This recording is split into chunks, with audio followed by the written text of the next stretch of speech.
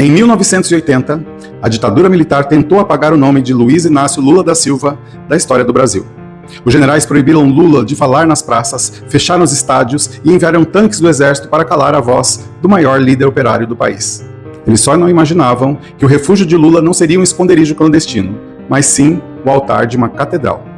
Essa é a história de como o homem mais vigiado do Brasil foi salvo por um bispo corajoso, e como uma amizade nascida na repressão acabou mudando não apenas o nosso país, mas a própria história do Vaticano. Abril de 1980. O ABC Paulista estava completamente parado. Mais de 100 mil operários entraram em greve, cobrando comida na mesa e dignidade. Na liderança daquele movimento estava o jovem metalúrgico de barba cheia que falava a língua do povo: Lula. A resposta do Estado foi imediata. Tropas do Exército ocuparam as cidades de Santo André, São Bernardo e São Caetano. Helicópteros sobrevoavam as casas das famílias. O estado de Vila Euclides, onde os trabalhadores costumavam se reunir para decidir os rumos da greve, foi lacrado pela polícia. Nenhum lugar era seguro. Fazer uma reunião de trabalhadores era considerado crime grave. Lula sabia que em qualquer momento as algemas chegariam. Foi exatamente nesse cenário de cerco e pavor que uma porta pesada de madeira se abriu. Não era a porta de um sindicato. Era a porta da Catedral do Carmo, em Santo André. E quem estava do lado de dentro não era o militante político. Era o arcebispo Dom Cláudio Umes.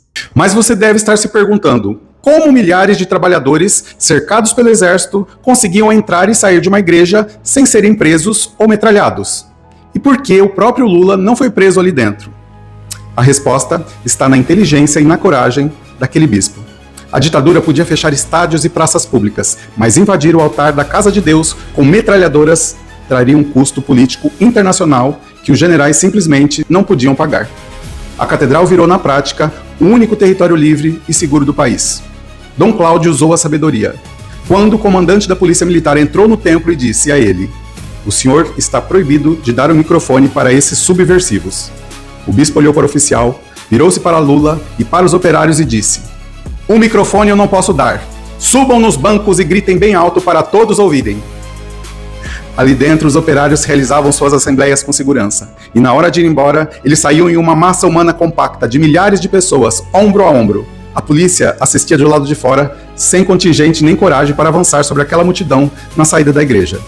Vendo que não conseguiriam invadir a catedral sem provocar um massacre de repercussão mundial, os agentes do regime esperaram o momento da covardia. Na madrugada do dia 19 de abril de 1980, quando Lula estava em casa dormindo com a família, a Polícia Federal cercou a residência e o levou em silêncio para os porões do DOPS, onde ele passaria 31 dias preso. A ditadura achou que tinha vencido, mas a semente da solidariedade já tinha sido plantada. Décadas se passaram. O operário preso virou presidente da República, e o bispo corajoso virou cardeal e foi chamado para morar em Roma, no coração do Vaticano. Mas a lealdade entre os dois nunca balançou. Dom Cláudio esteve ao lado de Lula nos momentos de glória e esteve ao lado dele nos momentos de mais profunda dor e solidão. E aqui está o detalhe que pouca gente conhece. Em março de 2013, o mundo assistia à eleição de um novo Papa na Capela Sistina. Ao lado do argentino Jorge Bergoglio, no momento exato em que ele foi escolhido para liderar a Igreja Católica, estava justamente ele, Dom Cláudio Umes. Quando Bergoglio aceitou a missão, Dom Cláudio o abraçou, beijou seu rosto e sussurrou uma frase que mudou o curso da igreja no mundo inteiro: "Não se esqueça dos pobres." Naquele segundo nasceu o Papa Francisco. O nome Francisco foi escolhido ali por causa daquele conselho. O mesmo olhar de compaixão que abrigou Lula e os operários perseguidos em 1980 foi o olhar que inspirou o papado mais humano da história moderna.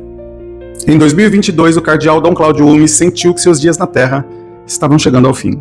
Emocionado e ciente da sua partida, ele fez questão de dar um último abraço naquele menino que ele protegeu dos tanques da ditadura 4 décadas atrás. Quando Dom Cláudio partiu, Lula chorou. Não chorou apenas pelo líder religioso, chorou pelo amigo que abriu a porta da igreja quando o resto do país tinha fechado as portas para ele. Porque governos passam, eleições vêm e vão, o poder acaba. Mas o que realmente atravessa o tempo e fica para a história é a coragem de quem estende a mão no momento de maior escuridão. A história de Lula não foi escrita apenas nos gabinetes de Brasília. Ela foi escrita nas mãos calejadas do povo, guardada sob o teto de uma catedral e abençoada pela lealdade de um homem que provou que a justiça e o amor jamais podem ser encarcerados.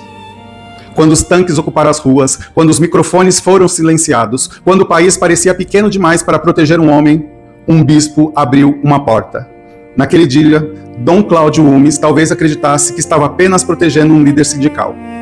Na verdade, ele estava protegendo uma parte da democracia brasileira. Décadas depois, aquele operário pisaria na rampa do Palácio do Planalto. Aquele bispo pisaria na Capela Sistina. Os dois envelheceriam. Os dois mudariam o mundo, cada qual à sua maneira. E os dois jamais esqueceriam o dia em que uma igreja provou que o lugar mais revolucionário de um país pode ser um altar. A ditadura tinha tanques. Dom Cláudio tinha uma porta aberta. No fim, foi a porta que venceu. Cada dia que passa eu percebo que Luiz Inácio Lula da Silva é uma biblioteca inesgotável de histórias incríveis. Espero que você tenha gostado dessa.